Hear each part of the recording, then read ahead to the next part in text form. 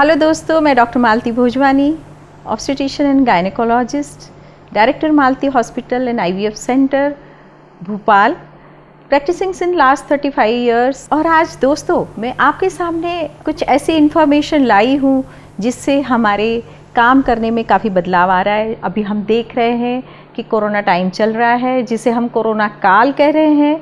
एक महामारी चल रही है, एक अदृश्य वायरस ने हमारे जीवन को प्रभावित कर लिया है। हमारे सोचने का, हमारे काम करने का सभी तरीके बदल चुके हैं और हम आजकल घर में बैठे हुए हैं, सोशल डिस्टेंस मेंटेन कर रहे हैं, प्रोटोकॉल्स को फॉलो कर रहे हैं और हमारे दिमाग में हमेशा एक ही विचार चल रहा है कि हम कैसे इस संक्रमण से बचे रहें, क्योंकि ये संक्रमण बहुत ही कॉन्टेजियस है, बहुत ही इन्फेक्शियस है, वो जल्दी से फैलता है और वो कभी कभी घातक भी साबित होता है।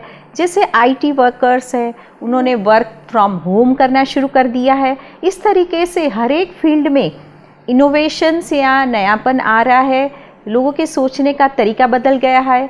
दुनिया ऐसे सोच रही है कि घर में बैठे बैठे पब्लिक को कैसे सर्विस दी जाए। इसी तरह से मेडिकल फील्ड में भी डॉक्टर्स ये सोच रहे हैं कि हम घर से पेशेंट्स को कैसे एडवाइस करें, उनका ट्रीटमेंट कैसे करें और उनको कैसे दवाइयाँ प्रिस्क्राइब करें और उनको कैसे इंस्ट्रक्शन दें, ताकि घर की चार दीवारी में सुरक्षित रूप से बैठ के पेशेंट अपना इलाज करा सके।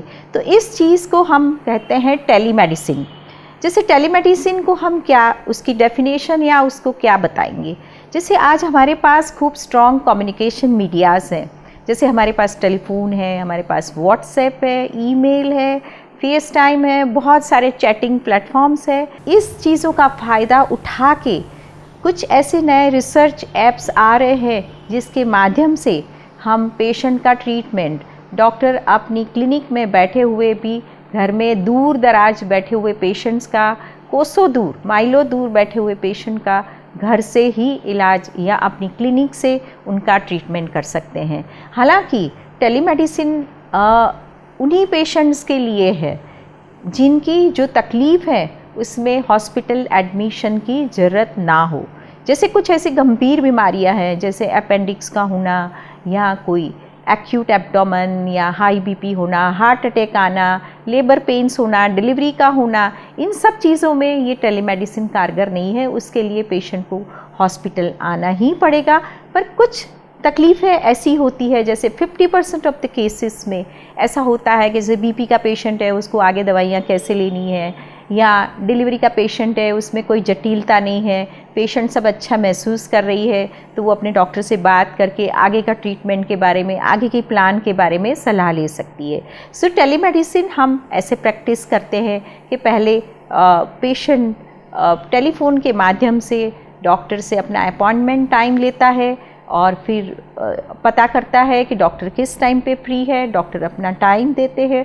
उस टाइम पे किसी भी माध्यम से, व्हाट्सएप वीडियो कॉलिंग या फेस टाइम से डॉक्टर और पेशेंट दोनों की मुलाकात होती है। पेशेंट रूबरू होता है, वो अपने सारे सिम्टम्स, अपने सारी रिपोर्ट्स हैं, पुरानी फाइल्स हैं, वो सब व्हाट्सएप या ईमेल के द्वारा अपलोड करके डॉक्टर को स्टडी के लिए दे देते हैं और अपने सारे सिम्टम्स इन शॉर्ट वो बता देते हैं। उनका जो पेमेंट्स है वो भी डिजिटली आप हॉस्पिटल रिसेप्शन पे आप जमा कर सकते हैं। तो आते हैं हम टेलीमेडिसिन के क्या फ़ायदे हैं।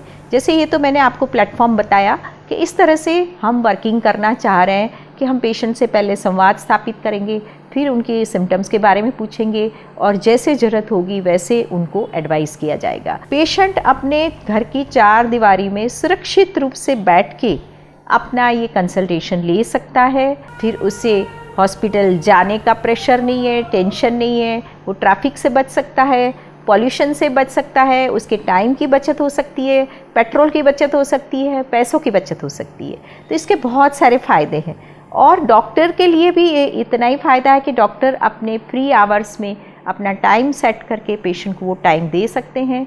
टाइम की मर्यादा सेट होनी चाहिए कि 5 से 10 मिनट का टाइम दे सकते हैं और डॉक्टर की क्लिनिक में भीड़ ज़्यादा नहीं होगी। उसके अलावा डॉक्टर जो अपनी क्लिनिक में ज़्यादा भीड़ होने के कारण कुछ संक्रमण के चांसेस होते हैं वो कम हो जाएंगे और हॉस्पिटल मेंटेनेंस या क्लिनिक मेंटेनेंस, सैनिटाइजेशन की जो भी प्रॉब्लम्स है वो भी थोड़ी सी कम हो जाएगी और अपने कन्वीनियंट टाइम पे डॉक्टर उनके साथ सलाह मशविरा कर सकते हैं।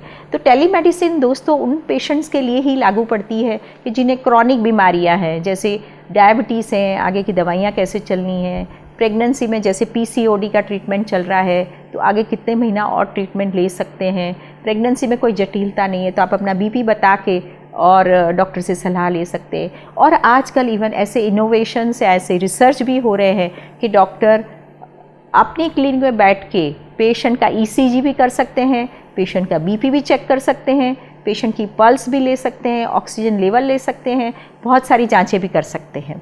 तो ये सारे फ़ायदे टेलीमेडिसिन के हैं और हो सकता है कि आने वाले टाइम में इतने सारे इनोवेशंस हो जाएं कि हम घर बैठे अपनी 4 दीवारों में हम एक्सपर्ट डॉक्टर से दूर माइलों दूर तक भी उनका कंसल्टेशन, उनकी एडवाइस, उनका ओपिनियन ले सकते हैं। तो दोस्तों आज के लिए इतना ही। यदि आपको कोई इस बारे में शंका है तो आप मेरे कमेंट बॉक्स में क्वेश्चंस डाल सकते हैं और मुझे पूछ सकते हैं। और यदि आपको मेरा ये वीडियो पसंद आया तो आप इसे लाइक करिए, शेयर करिए, मेरा बेल आइकॉन दबाइए और मेरा यूट्यूब ज़रूर से सब्सक्राइब करिए ताकि आने वाले नोटिफिकेशंस आपको समय से मिलते रहे। इसी के साथ अलविदा, नमस्कार, धन्यवाद।